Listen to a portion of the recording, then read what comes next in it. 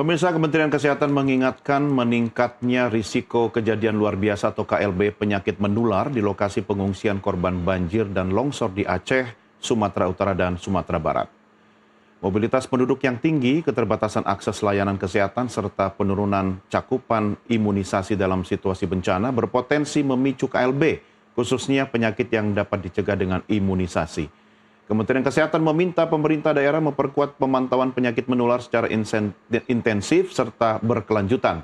Caranya melibatkan tenaga kesehatan termasuk klaster kesehatan penanggulangan penyakit.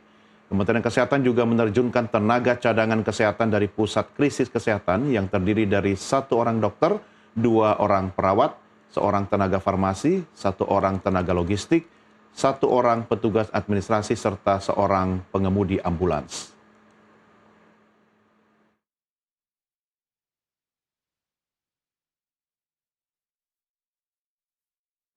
Darurat kesehatan selalu menghantui korban bencana. Kerugian material makin berat jika kesehatan korban terganggu saat berjuang untuk kembali pulih.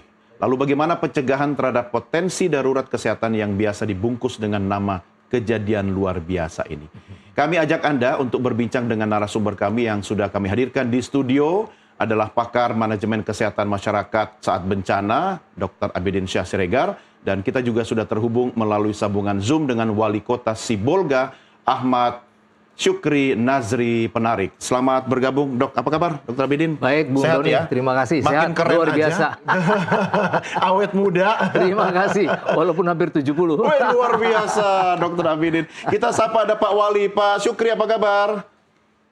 Kabar baik, Pak Doni. Ya, sehat selalu. Pak Wali, bagaimana kondisi di kota Anda, wilayah Anda saat ini? Kondisi saat ini memang kami masih merencanakan untuk pemulihan bencana yang ada di Kota Sibolga. Kemarin pada saat tanggal 25 November, Kota Sibolga mengalami banjir bandang dan tanah longsor, Mas Doni. Iya, apa kendala yang dialami oleh Pemkot saat ini? Kondisi saat ini memang untuk pemulihan, tetapi seluruh bantuan, baik bantuan dari pemerintah pusat maupun pemerintahan provinsi terus berdatangan untuk penanggulangan bencana yang ada di Kota Sibolga. Apakah memerlukan dukungan alat berat atau mungkin infrastruktur yang perlu ditanggulangi disiapkan secara segera, Pak Wali? Kalau alat berat, sudah banyak bantuan dari pemerintah pusat, khususnya dari Kementerian PU, dan juga dari pemerintah provinsi untuk mengangkat material longsor dan banjir yang ada di Kota Sibolga, Mas Doni. Ya, leading sektor di kota Anda siapa? Apakah dari Pemkot, provinsi, atau dari Kementerian Pusat? Seluruh kementerian hadir di Kota Sibolga, baik itu Kementerian PU, perwakilan dari Menko PMK, Kementerian Kesehatan, Kementerian Pertanian, dan juga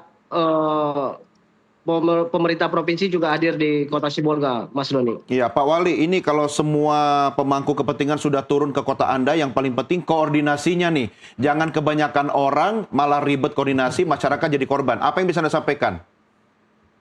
Alhamdulillah bantuan terus berdatangan, Mas Doni. Malahan saat ini Kota Sibolga menyiapkan hunian tetap untuk masyarakat yang kehilangan rumah dan rusak berat, Mas Doni.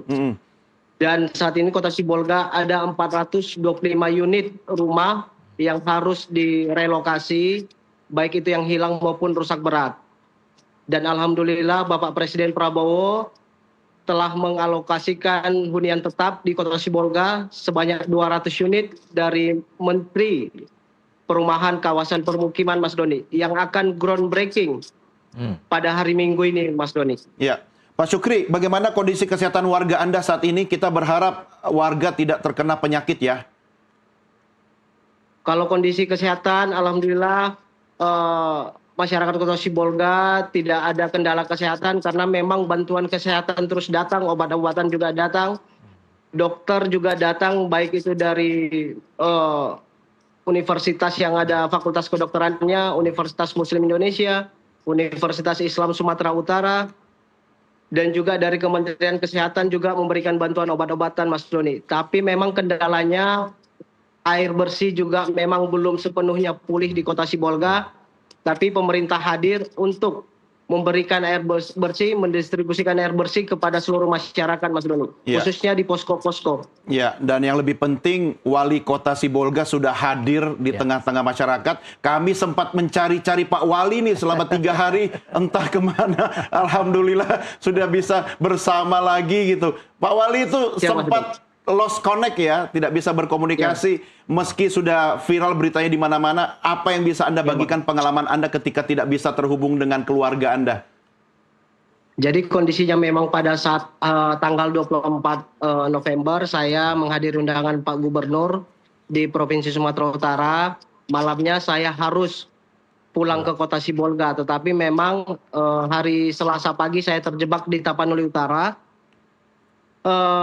karena memang kondisinya kejebak longsor. Pada saat itu saya harus bertahan 1 malam di mobil untuk tidur di mobil, tetapi hari Rabunya saya harus memaksakan untuk jalan kaki sejauh 30 km, Mas Doni. Wow.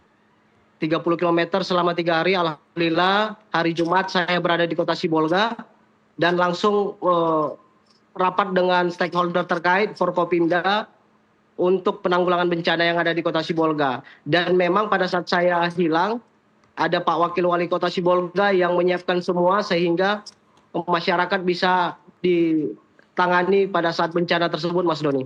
Iya, untunglah Wali Kota Sibolga masih muda ya. Jadi jalan 30 kilo pun aman lah dunia persilatan ya Pak Wali ya. Mas Doni. Siap, semoga sehat terus. Saya ke Dokter Abidin dulu. Dokter, ini Ya, Mas Doni. pasca banjir, pasca bencana, jangan sampai masyarakat dapat musibah berkali-kali karena kena penyakit. Apa yang bisa Anda sampaikan, Dok? Ya, kita apresiasi dulu nih Pak Ya, Wali Pak Kota Wali ya. kita ini ya. Saya senang sekali mendengar ya. Artinya begini, saya pernah belajar tentang manajemen disaster ya yang dilakukan WHO selalu itu di Thailand ya. Jadi ada kriteria yang selalu dipegang oleh WHO dan berlaku di seluruh dunia untuk penanganan bencana ya. Ya. Yang pertama itu adalah respon cepat. Kelihatannya beliau menunjukkan perilaku respon cepat. Iya. Bila perlu berjalan, tapi beliau punya mandat kepada wakil wali kota untuk Iya, bergerak lebih iya, dulu. iya. Ya. Artinya kepemimpinan di daerah itu Kepemimpinan sangat berjalan, solid ya. tidak kosong. Begitu Betul. Pak Sukri ya. Kemudian Ya, yang benar. kedua, melakukan assessment tadi. Seperti apa tingkat kerusakan, di mana yang paling rusak, siapa yang terdampak. Begitu ya, itu satu hal yang sangat positif. Nah, setelah itu kita bisa lakukan setting prioritas. Intervensi apa yang perlu diberikan ke setiap lokasi.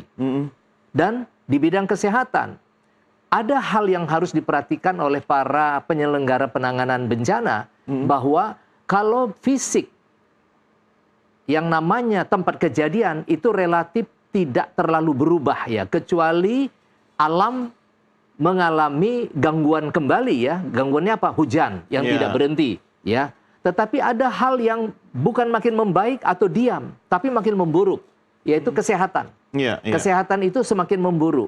Dan kalau kita hitung dari 24 November ke hari ini, ya itu sudah sekitar minggu ketiga. Ini kondisi penyakit di sana itu harus kita waspadai. Penyakit menular itu sudah relatif mulai meledak, Pak Apa Wali. itu, Dok, yang Ya. paling penting diwaspadai? Ya, termasuk antara lain dikarenakan kondisi lingkungan yang buruk, tidak ada air, ya, itu terutama tidak ada air ya, sumber air yang sangat terbatas, otomatis orang-orang itu mengalami kekurangan nutrisi sehingga mudah diintervensi oleh berbagai penyakit. Dan ketika di sana banyak hewan yang sudah sudah mati ya, manusia yang wafat, ini juga menjadi sumber penyakit bagi komunitas yang ada di sana. Karena itu pendekatan kita ke sana pun itu harus pendekatan holistik. Iya. Ya, tidak hanya rumah sakit dan puskesmas bergerak, tapi rumah sakit lapangan, posko kesehatan, dan tidak diam, Pak Wali ya, tidak berdiam. Harus mengejar sampai ke titik mana terjauh dari wilayah kita. Saya kebetulan Jadi dulu mendekati ke lokasi ya. Nah, Tapi tetap posko harus ada dong ya. harus. Jadi posko diam ada, posko bergerak, Bergerak ada. juga ada. Saya ingin nostalgia sedikit. Dulu saya pernah kepala dinas di Labuan Batu ya, Pak Wali tahun 1994-96. Waduh. Kejadian yang sama itu di tahun 95. Iya. Tiba-tiba saya lihat air sungai di Kota Ranto Prapat itu naik Naik. mendekati jembatan. Saya sudah feeling pasti di hulu ada kejadian. Ternyata benar longsor besar, kayu-kayu turun semua, menabrak desa, rumah-rumah, banyak habis ya. Korban sampai 22 orang ketika itu. Tapi saya terabas ke atas, walaupun jembatan udah lepas semua dari jalan. Saya lewati sungai, ya karena naik mobil 4R, saya bisa sampai duluan dari pertolongan provinsi naik heli, saya sudah sampai buka posko. Nah itu tidak cukup. Tapi ada bedanya dulu dan sekarang, Bung Doni ya. Sekarang kalau ada keluhan, ada lokasi-lokasi yang dicurigai tidak termonitor, Pak Wali ya. Iya. Sekarang ada drone. Iya, betul. Teknologi drone ini sangat memudahkan kita ada di mana. Iya. Tinggal lagi bagaimana tim kesehatan dan tim terpadu bisa sampai ke tempat tujuan. Itu menjadi pekerjaan yang harus dilakukan oleh para ahli. Begitu Bung Doni. Ya, ini menarik sekali. Tapi Pak Wali dengan Wawali ini kan kolaborasi efektif, apalagi ketika ada musibah. Nah, Pak Wali, apa yang dibutuhkan masyarakat Anda sekarang, ini kan sudah berhari-hari berlalu sebenarnya. Tetapi jangan sampai kebutuhan dasar utama itu terpikirkan, Anda fokus kepada antisipasi penyakit. Yang utama, yang dasar juga tetap. Prioritas sekarang yang dilakukan oleh pemerintah kota apa, Pak? Pastinya memang seperti yang disampaikan tadi tulang siregar, kebutuhan air bersih, dan kesehatan. Itu paling utama. Tapi memang karena saat ini sudah 24 hari, kami lebih fokus untuk menangani masyarakat yang di posko-posko khususnya, bagaimana untuk tidak jenuh, untuk mengapakan trauma healing pada saat ini. Makanya kami berharap, kemarin juga dari Kementerian Kesehatan hadir psikolog untuk bagaimana memberikan suasana yang baru agar masyarakat yang di posko itu tidak jenuh. Itu yang saat ini kami lakukan, Mas Doni. Iya, tapi kalau urusan ketersediaan SDM, anggota Anda apakah sudah cukup atau perlu dukungan dari provinsi atau pusat, Pak Wali? Kalau untuk saat ini, Kota Sibolga sangat cukup karena memang Forkopimda hadir terus. Kebetulan di sini ada Angkatan Laut dan Lanal, ada Danrem, ada Dandim, ada Pak Kapolres, dan Basarnas juga, Mas Doni. Termasuk suplai obat-obatan bagaimana? Suplai obat-obatan sudah sangat cukup untuk sampai hari ini, yang dibantu oleh dari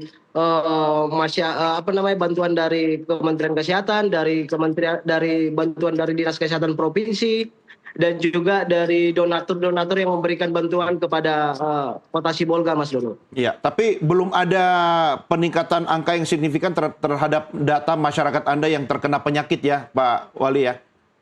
Untuk saat ini tidak ada, Mas Doni, karena memang pemerintah Kota Sibolga langsung seperti yang dibilang tulang siregar tadi, bahwa kita langsung meninjau mana titik posko yang terjauh, itu yang paling utama, sehingga masyarakat ini bisa terpenuhi kebutuhan, baik itu kebutuhan pokok, kebutuhan makanan, dan kesehatan, Mas Doni. Oke lah, gini kalau wali kotanya kuat jalan, sehat ya warganya pasti sehat ya. Dan masih muda. Masih muda pula. Tapi dok, apa yang harus ada di posko tetap dan posko bergerak?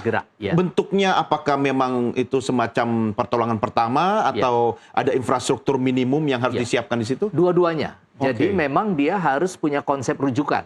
Dengan cepat menangani kasus yang tidak dapat ditanggulangi di tempat, segera mendapat pelayanan di level yang lebih tinggi. Sementara apa yang ada di lapangan, dia harus tahu betul ini dari hasil pemetaan. Jadi salah satu daripada prinsip yang dipegang dalam kriteria WHO itu adalah assessment. Assessment kita itu, Pak Wali, itu harus benar-benar menghitung dalam wilayah Kota Sibolga, ini ada berapa penduduk, berapa kelurahan, berapa rumah, posisi yang berada di daerah lereng itu seperti apa, ya, dan yang diperhitungkan terdampak seperti apa, karena ada data hilang yang belum ditemukan. Nah, ini yang paling repot kan, ada jumlah yang tak sesuai antara fakta yang dihitung oleh BPS tempat, ya, dengan jumlah orang yang sudah ditemukan. Nah, jarak-jarak daripada ini bisa menjadi sebuah pertanyaan besar yang harus ditemukan oleh tim pencarian Jarak tidak boleh kasus. terlalu jauh, terlalu panjang ya, bisa menambah korban. Itu bisa menjadi sebuah pertanyaan besar ya, dan bisa menjadi ledakan masalah baru. Selain dianggap sebagai miss prestasi daripada tim yang digerakkan Pak Wali ya, tapi juga dampak buruk terhadap kejadian itu kepada lingkungan. Nah, ini harus dibaca. Artinya, jangan pernah merasa selesai dalam peristiwa penanganan bencana seperti ini. Mengatasi ini apa, Dok, yang Anda sarankan kepada Pak Wali? Ya, tentu mobilitas. Mobilitas. Dalam mobilitas ini saya senang tadi ternyata ke Sibolga itu sudah banyak datang bantuan, termasuk Kementerian Kesehatan sebagai pihak paling bertanggung jawab di tingkat pusat, tapi juga rekan-rekan beliau dari berbagai provinsi, dari berbagai universitas di Kota Medan dan sekitar Kota Medan ya, ternyata sudah turun. Dan saya juga dapat kabar misalnya kawan-kawan dari Sulawesi juga sudah turun, dari Gajah Mada sudah turun, termasuk dari Ikatan Dokter Anak Indonesia, Pak Wali ya, itu sudah turun ya, kawan-kawan kita. Jadi ini bagus. Tapi ada masalah lain yang harus kita perhitungkan yang namanya post traumatic disorder. Oke. Ah, ya, post traumatic disorder. Ini itu ranahnya adalah siapa? Psikolog atau apa? Ya, artinya begini. Setelah hari ini akan ketemu kita orang bahasa Medannya itu linglung. Linglung. Ah, Bukan cuma orang Medan yang linglung, Dok. Kami pun di tanggal-tanggal tertentu bisa linglung. Ampun. Itu yang terjadi ya. Jadi, atau melihat orang berlari, dia yang stres. Itu kejiwaan, psikis. Kejiwaan. Pemicunya? Bahkan mungkin malam hari dia tidak tidur. Takut sewaktu-waktu datang lagi. Oke, trauma ya. Apalagi kalau mereka kehilangan keluarga. Jadi Pak Wali tepat sekali, siapapun korban itu dideteksi faktor-faktor kemungkinan gangguan kejiwaan pada dirinya. Apalagi dia sudah kehilangan rumah, kehilangan pencaharian, kehilangan keluarga. Betul. Ya. Termasuk kehilangan pendapatan. Iya, Wah, menarik. Pak Wali. Sangat stres. Iya, silakan. Apa respon Anda? Ini masukan yang berharga nih dari Dr. Abidin Syah. Ya benar Mas Doni bahwa Dr. Siregar juga benar yang menyampaikan kondisi yang memang harus diantisipasi ke depan bahwa bukan bencana alam tapi bencana ekonomi. Iya. Karena memang kondisinya kehilangan rumah, kehilangan pekerjaan dan juga memang Kota Sibolga itu unik Mas Doni. Hanya jarak 2 km sebelah timur itu gunung, sebelah barat itu laut. Karena kondisinya juga saat ini memang masyarakat Kota Sibolga itu tidak bisa melaut Mas Doni. Gara-gara memang kondisi cuaca juga tidak stabil. Itu yang memang kami dari pemerintah Kota Sibolga harus antisipasi bagaimana mengantisipasi ini sehingga masyarakat ini bisa kembali melaut sehingga bukan hanya mengalami bencana alam, juga mereka jangan sampai mengalami bencana ekonomi, Mas Doni. Iya, betul. Saya juga harus mengkritisi Pak Wali tentang menyelesaikan soal sampah dan bangkai-bangkai hewan atau binatang ya. Bagaimana dengan manajemen sampah dan bangkai hewan binatang ini? Apakah Anda mengalami kesulitan atau bisa ditangani oleh instansi di pemerintah kota? Saat ini memang kami berfokus pada sungai, ada satu sungai di bawah sungai ini di bawah naungan provinsi, tetapi lagi berfokus di sana Mas Doni karena memang kondisi hujan hanya 2 jam itu debit air naik sehingga banjir lagi ke pemukiman masyarakat Mas Doni. Jadi seluruh alat berat itu difokuskan di Sungai Ekdoras untuk mengangkat sedimen.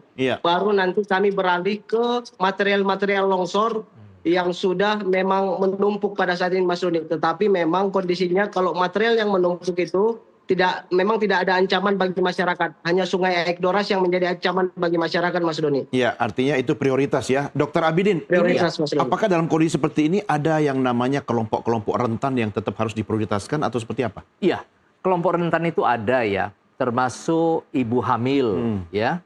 Yang kedua, bayi balita yang berada di bawah 5 tahun itu kan mobilitas dia terbatas ya. Dan kelompok usia lanjut di atas usia 60.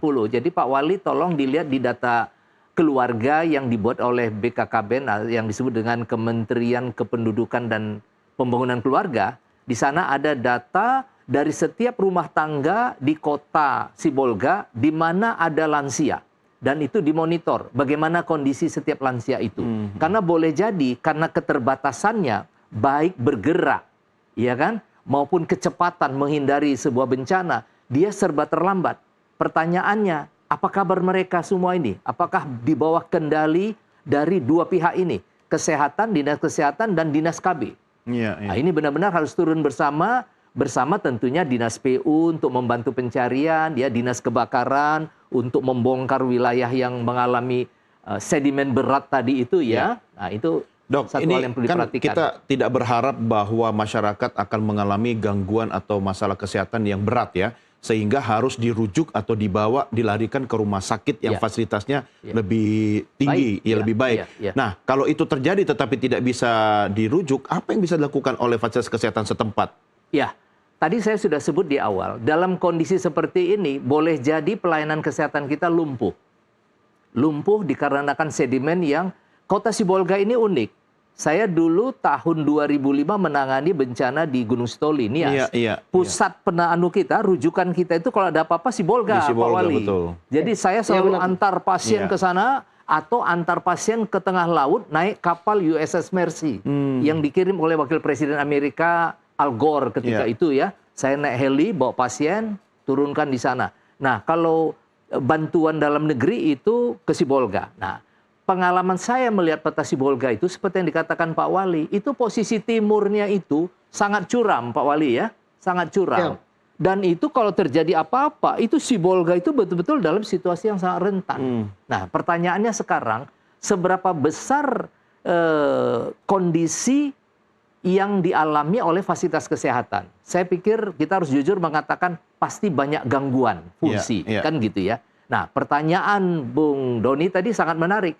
Apa dukungan yang perlu disiapkan? Nah, disinilah tentu bisa jadi di luar batas kemampuan Pak Wali. Disinilah Dinas Kesehatan Provinsi, Bapak Gubernur, Menteri Kesehatan, ya, dan berbagai pihak, BNKB, ya, BNPB, ya, supaya menurunkan dan membuat rumah sakit lapangan dan posko-posko kesehatan. Rumah sakit darurat? Iya, karena boleh jadi tenaga juga terbatas dengan kasus yang begitu banyak terjadi pada waktu yang sama. Jadi dukungan dari mana ini sekarang yang mungkin ini? Mungkin Labuan Batu bisa bantu, Karo bisa bantu, begitu. Berbagai kabupaten kota hinterlandnya. Gitu. Ya, Pak Wali, kalau kondisi sekarang ini masih memerlukan dukungan, kira-kira prioritas utama apa yang Anda mintakan dukungan dari pusat misalnya, dan kemudian dengan potensi yang Anda miliki bersama masyarakat itu bisa bahu-membahu untuk menuntaskan masalah ini pelan-pelan? Sebelum ke sana, Mas Doni, perlu saya ceritakan juga seperti yang Mas Doni sampaikan tadi terkait masalah kesehatan. Perlu kami sampaikan bahwa kemarin kondisinya ada masyarakat kami yang mengalami bencana tanah longsor pada saat itu dan patah kaki, Mas Doni. Oh, ya. Nggak bisa dirujuk ke Medan gara-gara akses jalan memang tertutup. Tetapi memang kemarin KRI Rajiman milik TNI Angkatan Laut nyandar di Kota Sibolga dan dioperasi di KRI Rajiman, dan alhamdulillah saat ini sehat, Mas Doni. Dan terkait kondisi bencana yang ada saat ini, pertama kondisi kami saat ini 428 unit rumah yang hancur dan tidak layak lagi untuk ditempati, Mas Doni. Tetapi Pak Presiden sudah mengalokasikan rumah hunian tetap yang akan dibangun sebanyak 200 unit. Ada 228 lagi yang harus kami sediakan, Mas Doni. Sehingga pemerintah pusat, kami bermohon kepada pemerintah pusat, khususnya Kementerian Perumahan Kawasan Pemukiman, agar membangunkan hunian tetap kembali ataupun rumah susun untuk masyarakat kami yang kehilangan rumah, Mas Doni. Oke, Dok. Ini kan harus bergerak cepat. Betul. Dan pertaruhannya nyawa. Iya. Ya kan? Betul. Nah, agar tidak terjadi lagi istilahnya tumpang tindih, Anda kan tahu betul manajemen kebencanaan itu seperti apa. Nah, leading sektor harus di mana dan tetap melibatkan masyarakat. Ya, leading sektor, pimpinan, leader of sektor itu tetap Pak Wali. Pak Wali harus menjadi yang terdepan. Dan yang lain, sektor lain itu harus penuh mendukung dan lapor kepada atasan masing-masing. Sesuai dengan levelnya di provinsi kurang apa. Itu jangan nunggu perintah Pak Wali, ikut bantu. Seperti Inisiatif, misalnya kita sebut tadi, kesehatan, petakan masalah.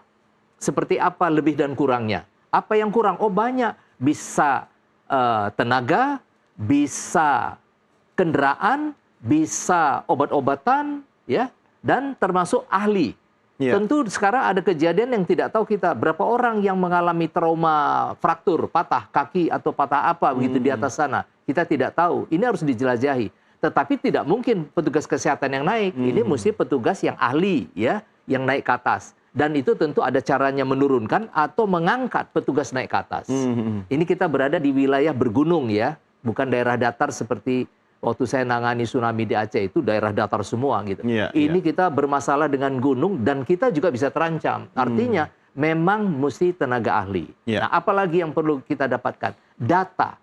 Sehingga kita tahu persis di mana atau kemana ini petugas harus pergi. Sekalipun tidak terlihat, tapi mungkin di balik sana ada orang yang tidak pernah terlihat. Kan gitu.